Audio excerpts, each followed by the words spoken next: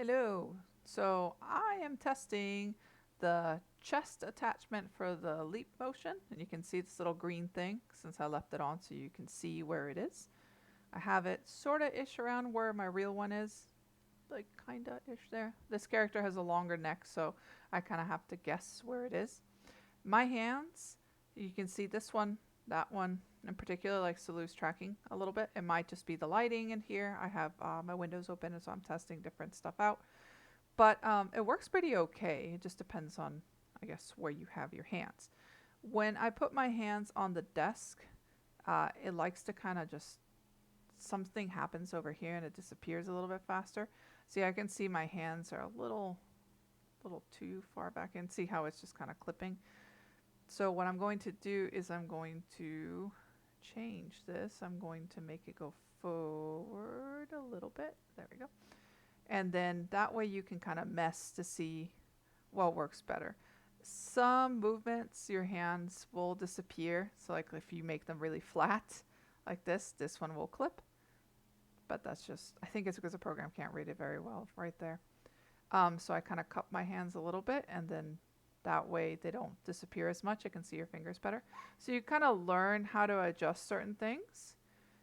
There's certain hand movements that you can see better when you have it attached to your chest compared to on the desk, such as doing this motion. When it's on the desk, it like freaks out. The top hand freaks out because it doesn't know where the other one is, and then it just disconnects. So you'll see some little things kind of glitching here and there, but that's because this is not new tech. It's older tech, but it still works pretty well considering it's not in VR. It's just, webcam and this little attachment thing.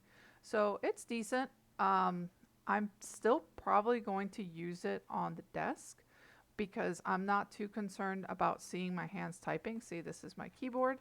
So you can technically, you know, type, type, type, type, type, and then you can see it. And of course, if you angle this down a little bit more, let's see if I can angle it down just a little bit. You can see my hands a lot better. So if you're mostly typing and then your hands are kind of down here when you're emoting, it's not bad at all. But my hands are usually higher, so I'm gonna put it a little bit higher. And if I'm emoting here, see how they just kind of disappear. So it just kind of depends on, yeah, there we go. So I kind of have to keep them in between area for the thing to see it. It kind of depends on how you're going to puppeteer your character. If you're mostly going to be gaming and your hands are going to be on the keyboards, then, or the keyboard, usually I have one keyboard, then maybe this is a good idea for you. But if you're going to be talking about, a video or just interacting with people, I think the desk mode works out a little bit better. So yeah, just mess with the settings and see what works for you. But both of them are actually a really good option.